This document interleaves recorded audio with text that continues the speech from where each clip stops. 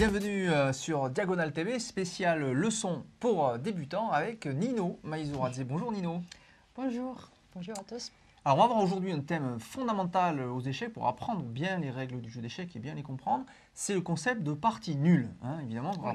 C'est très intéressant à connaître, il faut la connaître. Ça peut être un moyen de sauver des parties des fois. Il faut bien savoir est-ce que telle ou telle position peut conduire à la nulle ou pas. Et donc pour ça, il faut connaître les thèmes de parties nulles. Hein. Oui, donc il faut savoir que déjà il faut savoir que pas tous les parties terminent par la victoire. Donc parfois on peut faire nul, c'est-à-dire un demi-point pour chacun. Et après il y a plusieurs possibilités donc comment faire nul. Comme il faut savoir qu'il y a les positions théoriques qui ne se gagnent pas. Donc ça c'est essentiel à savoir dans quelle position on peut pas gagner. Alors on va voir ça. On va voir ça tout de suite. Après, il existe donc nul par répétition de cours, on va voir dans ce cours. Et il peut y avoir aussi plusieurs façons qu'on va vous expliquer plus tard. Voilà. Alors déjà, première position, si on a roi contre roi, déjà c'est nul. Hein, puisque les rois ne peuvent pas s'approcher l'un de l'autre, tout simplement parce qu'on n'a pas le droit de se mettre en échec. Donc un roi serait en échec de l'autre roi, il n'a pas le droit. Donc ça, c'est une position la plus basique que possible. Donc voilà, si vous avez deux rois qui restent, il n'y a plus de pièces. Voilà. C'est évidemment... C'est nul. C'est nul. Dans ce cas-là, la partie s'arrête. Hein, y a même pas, on ne continue pas la partie. On ne joue pas le roi. D'ailleurs, ça c'est intéressant. Sachez que si par hasard votre adversaire, ce sera très surprenant, mais il ne veut pas faire nul, vous avez absolument droit d'appeler arbitre dans ce type de position, dans les positions de nul théorique.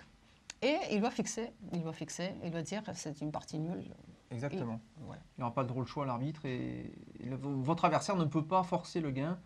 Donc, il ne peut pas vous faire tomber à la pendule, comme on dit. Hein, donc là, c'est nul, forcé. Alors, position suivante, c'est pareil. Roi et fou contre roi, c'est une position nulle. On ne peut pas faire mat avec roi et fou. Il faut au moins deux pièces. Ce n'est pas le cas de la tour, par exemple. Si c'est la tour, c'est perdant. Mais avec le fou, tout simplement, non, ça ne se gagne pas.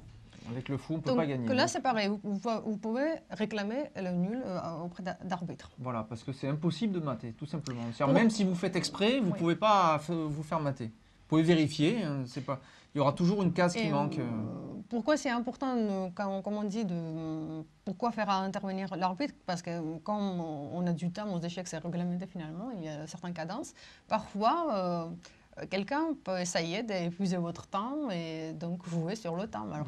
C'est pour ça que c'est important de savoir que vous avez le droit à s'adresser aux arbitres. Voilà, là vous pouvez tout simplement demander la nulle et de façon obligatoire, on vous l'accordera. Alors ensuite, ici... C'est la même chose à peu près. C'est la même chose. D'ailleurs, je crois même si on tombe dans ces positions-là, vu qu'on ne peut pas mater, c'est nul. Oui, c'est ça. C'est-à-dire que même si vous tombez au temps, en fait, vous pouvez réclamer la nulle parce que l'adversaire ne peut pas mater. C'est-à-dire que si vous reste donc 3 secondes, vous jouez et puis finalement il ne vous reste rien, l'adversaire pourrait demander le gain. Sauf que si vous dites, mais non, il ne peut pas y avoir gain puisqu'il ne peut pas mater, eh bien effectivement c'est nul. Il faut qu'il y ait un minimum de matériel pour que le mat soit possible. Même s'il y a des défenses, mais si le mat est possible, si vous êtes tombé, alors dans ce cas-là, oui, vous aurez perdu. Là, si vous voulez, vous mettez cette position chez vous, vous essayez de jouer, même déplacer les pièces toute seule ou avec quelqu'un d'autre. Vous allez voir, il n'y a pas de possibilité de mat, pas du tout. Quoi qu'on fasse, roi et cavalier, ça ne suffit pas. Ouais, ça ne suffit pas non plus. Alors ensuite, roi et 2 cavaliers, ben non plus. En fait, on ne peut pas... On peut pas mater avec 2 cavaliers. Alors ça c'est étonnant parce qu'on se dit quand même 2 cavaliers. Très grande surprise. Ouais, mais en fait non, on ne peut pas. Vous pourrez essayer, on ne peut pas mater avec 2 cavaliers. Ça c'est une grande exception, on peut dire. Il faut faire exprès. 2 pièces, ça gagne toujours aux échecs, sauf 2 cavaliers. C'est très grand avantage matériel, mais on n'arrive pas. Alors le problème, c'est pourquoi on n'arrive pas. Peut-être on pourrait déplacer d'ailleurs un petit peu les pièces pour montrer. Donc, le problème, c'est que le roi... C'est au blanc. Oui, par exemple, ça, peu importe. Le problème, c'est que le roi blanc tombe dans le pat, en fait. Ça, ici, on va vous expliquer qu'est-ce que ça veut dire. Alors, imaginons qu'on est dans le coin, qui est la position la plus facile, a priori, à jouer. Hein.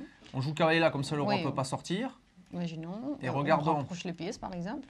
Voilà. Imaginons qu'on met ce cavalier ici. On se dit, mais là, bien sûr, on va faire mat. Comment c'est possible? Mais non, regardez. On fait échec. Donc là, on est obligé de venir là. Et là, le problème, c'est qu'il faudrait faire un échec ici sur, le roi. Sur une case noire.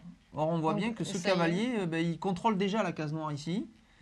Par exemple, cavalier B4, pour tenter mat. Et s'il fait... voilà, mais là, il n'y a patte. On ne peut pas bouger. Et le problème, c'est les pattes, vous savez, c'est quand il n'y a pas d'échec, le roi ne peut pas bouger. Donc, et comme ce cavalier ne peut pas faire... Si ce cavalier bouge, comme il est sur case blanche, ici, il contrôle déjà avec 2 cases noires, il ne peut pas contrôler... En bougeant, il ne contrôlera que des cases blanches. Donc, il ne pourra pas faire échec. Donc, patte, c'est nul aussi. Donc, voilà, c'est nul. De manière que le cavalier s'approche, chaque fois, on tombe sur les positions où... Donc, le roi est dans le patte et on ne peut pas approcher pour faire dernier échec. On ne peut pas forcer.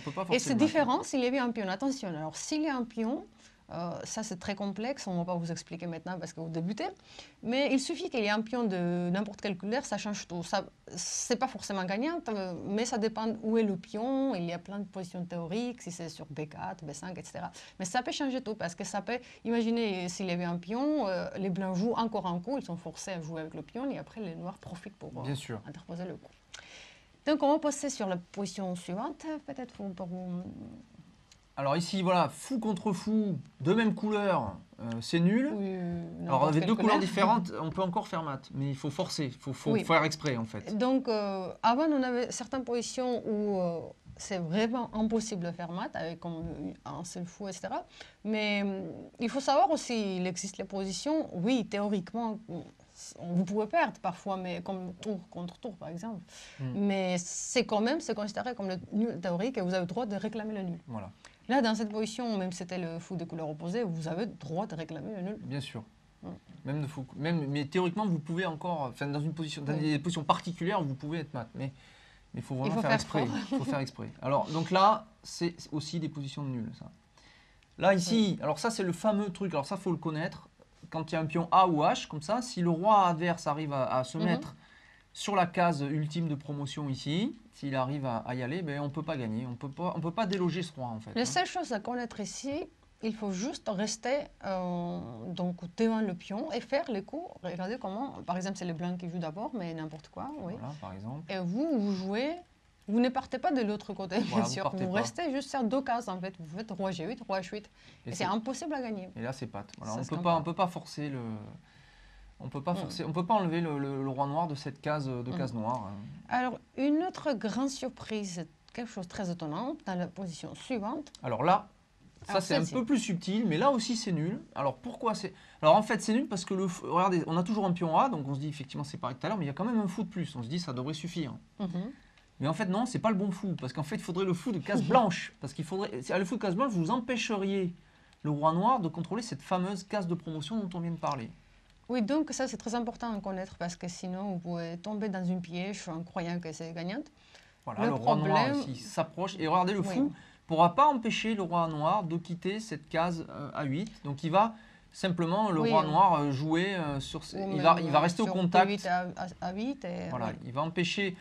Comme il reste dans le coin, le roi blanc ne pourra jamais l'embêter. Et le fou non plus, donc on ne peut pas les faire quitter cette case A8. Par exemple, A8. on va continuer. Par exemple, regardez, par exemple, moi j'ai fait juste, je reste roi A8, roi B8 par exemple, et jamais il peut gagner parce que soit ce sera patte, soit il n'arrive pas à aider cette pion pour faire une promotion. Et là c'est patte, vous voyez, si on fait comme ça, le roi ne peut plus bouger, donc c'est patte. Et regardez, par contre, si on avait le fou de case blanche, évidemment, on aurait pu faire un échec et faire quitter le roi noir. À remarquer que si le pion était sur colonne H, là, ce serait gagné parce que ça tombait donc sur une autre couleur. Voilà, si on était de l'autre côté, ici, on aurait le fou de la bonne couleur. Donc, juste à retenir, case de promotion doit être de la même couleur que le fou. Voilà, case de promotion, même couleur que le fou si on veut gagner, ou l'inverse si on veut défendre. Donc, en l'occurrence, si on cherche à faire nul, on est tranquille avec les noirs. Si le fou est la mauvaise couleur, on peut faire nul. Donc, vous pouvez faire l'échange. Si un échange vous donne ce type de position et que vous voulez faire nul, eh bien, faites l'échange.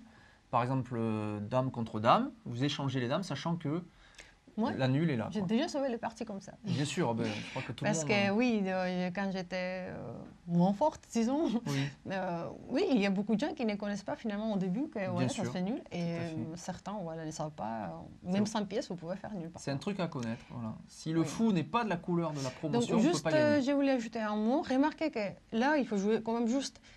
si vous partez avec le roi complètement ailleurs, il va faire promotion. Donc faites attention, c'est pas forcément non plus... Si le roi noir avait été ici au début, très loin, évidemment, le pion va très vite à dame. Même là, si vous jouez mal, si au lieu de vous diriger vers le pion, si vous vous dirigez ailleurs, Par exemple, si vous allez là, par exemple. ça, c'est pas une bonne idée. Parce que là, le roi blanc peut aller vous empêcher. Oui, par exemple, si vous ne vous Voilà, protégez pas, hop, ou vous dites... il vous empêche de revenir. Et si vous jouez là, hop, regardez, le fou va bloquer. Et ça y est, vous ne pouvez plus passer. Oui. Regardez, il y a une sorte de barrière qui est formée. Et là, le pion, il va pouvoir y aller. Donc, il faut jouer juste. Il faut juste savoir que le roi, vous devrez ramener en urgence dans le coin. Voilà. Il faut absolument... Démon le pion, en voilà. fait. Ça y est.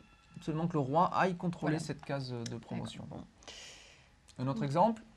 Donc ça, c'est un exemple tout simple. Donc tour contre tour, là aussi c'est nul. C'est-à-dire qu'on ne peut pas forcer le mat. Roi et tour contre roi gagne, mais évidemment si l'autre adversaire a une tour, ça fait nul. La seule possibilité de perdre ici, c'est par hasard laisser la tour. Voilà, par hasard, mais sinon c'est nul. Vous pouvez demander la nulle. C'est considéré comme nul théorique. Alors ici on va voir un autre cas de nul, c'est la nulle par répétition de coups. Quelque chose vraiment à connaître. Alors on regarde une petite partie, 4, 5, cavalier F3. Qu'est-ce que ça veut dire? Cavalier C6. Répétition de coups. Fou C4. Fou C5. Petit roc. Cavalier F6. Imaginons quelque chose de simple. B3, petit roc. La fou B3. Et les noirs jouent fou B6. Et imaginons que votre adversaire ou vous, je ne sais pas, revient fou C4 par exemple. Fou C4. C'est pas forcément très bon coup, mais... Et les noirs jouent la même chose, fou C5. Donc là, ça fait 2 fois qu'on voit la même position en fait. Puisque on vient de voir... Alors, si on répète en fait 3 fois la même position, là, on peut demander la nulle. Donc comment ça se passe au juste? Faites attention, vraiment. Parce que... il faut demander la nulle juste avant de jouer. Oui, donc ça c'est important à savoir. Voilà. Parfois, vous pouvez penser que si je fais 3e fois, c'est automatiquement nul. Non, c'est pas automatiquement nul. Soit vous proposez d'ailleurs à votre adversaire, peut-être qu'il va accepter vu qu'il répète aussi les coups. Oui. Mais sinon, si vous n'êtes pas sûr, parce que vous savez, parfois on répète les coups pour gagner du temps aux échecs. Parfois, nous, on a problème de side note, on n'a pas suffisamment de temps, et c'est pour ça qu'on répète. Donc, si vous n'êtes pas sûr, et ça vous arrange nul dans telle ou telle position, avant de jouer 3e coup, il ne faut surtout pas jouer. Si vous jouez ces coups, après, vous n'avez plus le droit de demander nul. Oui, il faut demander avant de le jouer. Arrêtez le pendule voilà. et vous appelez l'arbitre. Et vous dites, moi, j'envisage faire tel ou tel coup, qui est donc, dans cette position de répétition. Et là, il va fixer nul. Mais si vous faites, après, donc, votre tour est passé. C'est trop tard, voilà. Il faut demander avant de répéter la 3e fois. Là, ça fait 2 fois la même position. Si les blancs répètent encore fou B3, fou B6. Donc, si vous vous trompez, qu'est-ce qui se passe si vous demandez, par exemple, ici, le nul, alors que ça se répète juste 2 fois? Donc là, fou C4, il n'y a toujours pas la... Là, c'est aux noirs de jouer. Voilà, c'est les noirs qui doivent demander la nulle ici. Oui, s'ils en ont nul, oui. Voilà, c'est à vous de jouer. Donc, si les noirs jouent fou C5, ça fera donc 3 fois la même position. Ça fait 3 fois de suite que les fous sont dans la même position. Donc, dans ce cas-là, les noirs, avant de jouer ce coup, doivent demander à l'arbitre. Voilà, je peux jouer fou C5, ça répétera 3 fois la position, donc je demande la nulle. L'arbitre est obligé de vous l'accorder. Voilà. Par contre, si vous jouez sans demander, les blancs ne sont pas obligés de répéter. Oui, par exemple, ils ont joué et ils jouent du coup, les blancs jouent un autre coup. Voilà, ils jouent roi H1, donc c'est fini, on ne peut plus demander la nulle en fait, tout de suite. Mais ce qui est intéressant, continue, par exemple, vous aussi, vous faites roi H8. Voilà. Là aussi, par exemple, on encore reprend à peu près les mêmes coups. Fou B3, fou B6. Et imaginons qu'il revient maintenant avec le roi. Roi G1. Et là, encore une fois, vous pouvez, même ici, demander la nulle. Pourquoi? Parce que... Voilà. Oui, vas-y, vous pouvez, si vous jouez roi G8 vous-même, il y aura 3 fois la même position, cette fois avec les fous sur les cases B3 et B6. Oui, mais surtout, ce qu'il faut retenir, beaucoup de gens croient et se trompent que ces 3 positions, ça doit être enchaîné, c'est-à-dire 3 positions qui se répètent tout de suite ensemble, en fait. Oui, non, mais c'est pas ça, ça peut être même un intervalle de 20 coups, en fait. Bien sûr. Dans les finales, ça arrive, vous savez. Mais attention, il ne faut pas, par exemple, qu'il y ait la possibilité du rock dans une position et pas dans l'autre. C'est-à-dire? C'est-à-dire que si dans les 3 positions qui sont équivalentes, s'il y en a une où vous pouvez rocker, et que dans l'autre où vous demandez la nulle, vous ne pouvez pas rocker, c'est pas la même, c'est pas considéré, voilà, c'est pas considéré que la même position. Voilà. Alors que pourtant c'est matériellement la même, mais en fait on peut pas faire les. C'est une exception. Mais voilà, ici donc si les noirs jouent roi G8, il y aura 3 fois la même position avec les 2 fous ici. Vous pouvez voir le truc, effectivement. Il peut y avoir des coups d'intervalle, c'est ce que tu expliques. Il peut y avoir 20 coups d'intervalle entre les deux. Et, oui, voilà, vous savez, moi j'ai vu déjà les parties sauvées au niveau de maître et grand maître. Dans les finales où, par exemple, ils ont répété 2 fois. Et après, ils ont joué très longtemps, genre 15 coups après. Et un des adversaires remarque, ah, ça se répète, même après 15 coups, c'est la troisième fois, il sauve la partie grâce à ça, alors que théoriquement, c'était perdant déjà. Exactement. Donc, Alors, on va voir une autre position. donc, sinon, juste prêtez attention, il suffit de bouger un pion, ça change tout. Ce ne sera plus la même position. Bien sûr, si on joue là. Donc, il ne faut pas penser que c'est juste une seule pièce qui se répète. Non, c'est juste position entière. En général, il ne faut pas bouger les pions parce que les pions ne peuvent pas revenir sur leur case, donc on ne peut pas répéter les positions en bougeant les pions. Alors, F10, je ne suis pas obligé de donner la touche, ça ne fait rien. Ici, c'est au blanc de jouer. Alors ça, c'est la nulle par échec perpétuel. Mais bon, échec perpétuel, ça revient à répéter les positions. Hein. On dit que c'est échec, mais c'est pareil. Oui. Parce que ça veut dire, si on fait échec perpétuel, qu'on peut forcer 3 fois la même position. C'est pas autre chose. Donc ici... Oui, mais en même temps, bon, oui, oui, on préfère appeler échec perpétuel. On préfère dire que c'est échec perpétuel, parce que, mais c'est pareil. Alors, donc on force l'adversaire de faire 3 fois. 3 fois la même position, on dit qu'en général, c'est accord mutuel des deux joueurs. C'est volontaire, alors que là, les noirs, là, ils aimeraient bien continuer, puisqu'ils ont quand même une tour de plus. Mais les blancs trouvent échec, roi H7, échec, et ils peuvent faire 3 fois la même position en faisant tout simplement... Échec perpétuel, c'est vrai que c'est en même temps échec perpétuel nul par répétition de coups. Répétition, voilà, c'est répétition de coups en fait. On dit perpétuel, mais non, parce qu'au bout de 3 fois la même position, on peut demander la nulle. C'est pas la peine de le faire perpétuellement. Alors, on voit la suite. Donc voilà, ici c'est un échec perpétuel. Ici, là c'est pareil, c'est un échec perpétuel. Alors, par le cavalier, regardez là, les blancs sont pas très bien, puisqu'ils ont quand même... en train de perdre. Ils sont mal, mais ils trouvent un échec perpétuel. Donc ils vont répéter 3 fois la même position par échec perpétuel, par échec, roi G8. Et regardez, échec, et le roi ne peut pas sortir, hein, puisque le cavalier protège. Donc il est obligé de revenir en H8, et il suffit de faire échec. Et on va faire ça, voilà. Ça va faire 3 fois la même position. Donc échec perpétuel aussi dans cette position. Donc vous voyez, on n'est pas obligé de le faire avec la dame. Hein, on peut le faire aussi avec un cavalier. Oui, souvent ça se passe avec la dame. C'est vrai, c'est plus simple, la dame est puissante, mais... On peut voir que oui, ça peut être avec le cavalier, avec le fou, etc. Alors là, on va voir plusieurs exemples. Ici, c'est le cavalier. On va voir maintenant avec le fou. Regarde, on peut aussi faire un échec perpétuel avec le fou. Oui, ici, les blancs manquent tellement de pièces, mais il arrive quand même à faire nul. On est mal avec les blancs, mais regardez, là, il se trouve que la position est particulière. Et fou F5 échec, le roi est obligé d'aller sur la case G8. Le pion F6 empêche le roi d'aller sur la case noire. Et là, regardez, fou E6, échec encore, et on est obligé de revenir sur la case H7, donc c'est facile. Avec les blancs, il suffit de répéter. Aussi, voilà. Et là, vous forcez 3 fois la même position. On appelle ça aussi échec perpétuel, mais voilà, c'est pareil. Et donc, c'est nul. Donc, il faut faire très attention parce que c'est souvent qu'on sauve les parties, ou nos adversaires sauvent les parties grâce à échec perpétuel. C'est très, très courant. Oui. Parfois, on rate, on a même vraiment un très, très grand avantage. Et il y a la dame qui arrive, ou je ne sais pas quelle pièce, et échec, échec, on n'a pas vu, hop, trop tard. On n'a pas vu qu'on ne peut pas s'échapper, quoi. Et l'adversaire arrache la demi-point, donc... Ça, c'est pas bon. Alors, on voit la suite ici. Là, c'est pareil. Alors, c'est un échec perpétuel, ouais, très, très subtil. Alors, un peu original. Un peu original, donc tout à fait intéressant. Regardez, échec au roi.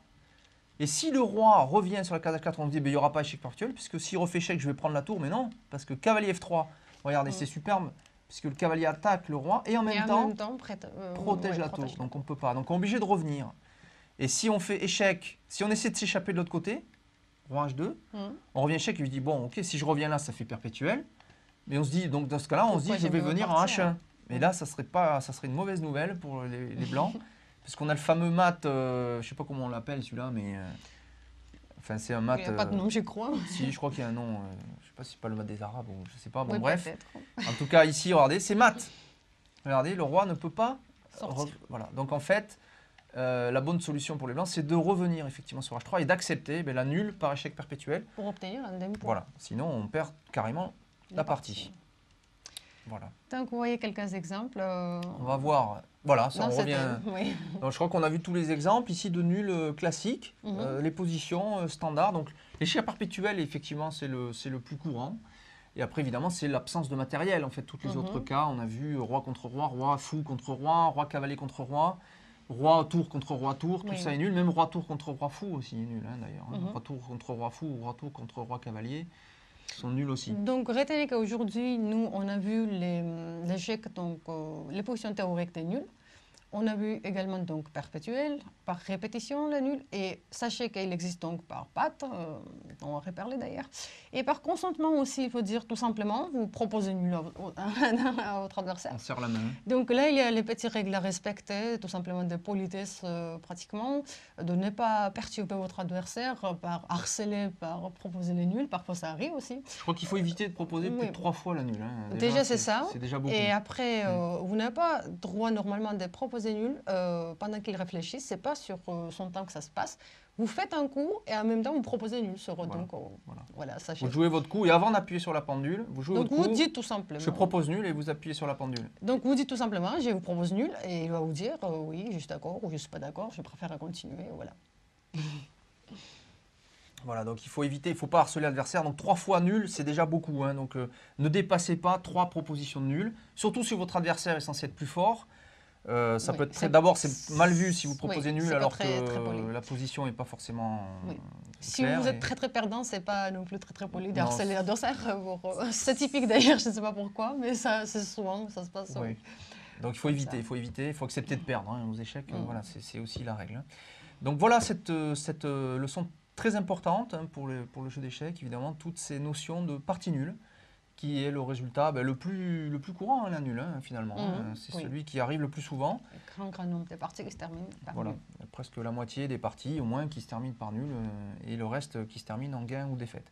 Voilà, merci Nino pour cette leçon sur la nulle aux échecs. Voilà, merci et à bientôt pour une autre leçon pour débutants sur Diagonale TV.